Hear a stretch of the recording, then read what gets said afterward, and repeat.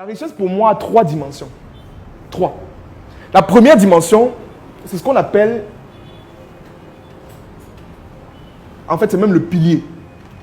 Sans lui, intellectuel. Ça, c'est la première catégorie de richesse. Ce qu'on appelle la richesse intellectuelle. C'est très simple. Si vous n'avez rien dans la tête, vous n'aurez rien dans les poches. Qu'on ne vous mente pas. Si vous n'avez rien dans la tête, vous n'aurez rien dans les poches. Quand on parle de richesse intellectuelle, c'est ce que vous avez dans la tête. C'est ce que le cerveau a ici. C'est pour cette raison qu'on demande aux gens de continuellement se former. Parce que c'est en se formant, et on va voir ça tout à l'heure, c'est en se formant qu'on développe des compétences. C'est en allant sur le terrain, en lançant des activités, qu'on a des compétences. Et ces compétences-là peuvent être transformées maintenant à ce qu'on appelle la richesse. Non, la richesse financière ou matérielle. C'est là maintenant. S'il n'a pas celui-ci, celui-ci n'existe pas. C'est pour ça que moi, les gens disent, je veux devenir riche. On dit que bon, il y a formation. Tu veux te former? Non, je ne me forme pas. Ça ne va jamais fonctionner. Tu seras au même niveau. Je veux devenir riche. Mais tu es sur ton lit. On donne le livre. Tu lis le livre? Non, je ne lis pas. Ça ne va jamais marcher. Tout commence dans la tête. C'est ici que ça commence. Et pour acquérir une certaine richesse intellectuelle, ça part dans un seul sens, le développement personnel. On va voir ça tout à l'heure.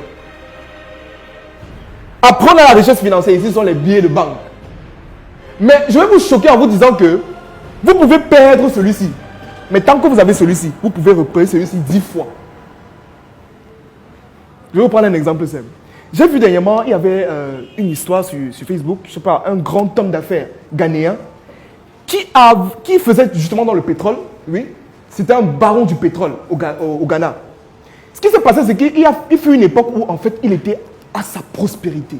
Il avait de l'argent, les immeubles, il lançait des entreprises immobilières, des châteaux, des trucs et tout. Un jour, le prix du baril, le baril du pétrole, a baissé, a chuté brusquement. En fait, il a perdu tout ce qu'il avait. Tout. C'est-à-dire maison, entreprise. Il était obligé de virer tous ses salariés pour pouvoir vivre normalement. Mais après 3 ans, il a récupéré sa richesse fois 3. Vous expliquez ça comment? Qui peut me dire? Qui peut m'expliquer ça? Pour moi, c'est le mindset. Le mindset. C'est parce que sa programmation psychologique, il ne l'a pas perdu. Il ne l'avait pas perdu. C'est ça que je suis en train de vous dire très simplement. Que si celui-ci est là, s'il est là, allez me voir Dangote aujourd'hui, vous lui enlevez tout son argent. Mais s'il connaît le processus, il connaît comment il a fait pour aller de 0 à 100, il peut refaire le même schéma 10 fois. C'est comme ça. Donc la première chose que je veux que vous puissiez retenir, c'est que si vous n'avez rien dans votre tête, vous n'aurez rien dans vos poches. J'ai vu des gens qui disent, je vais être riche, je vais être machin. Non, non. Formez-vous. Développez des compétences. Sinon, il n'y aura rien dans vos poches. Rien.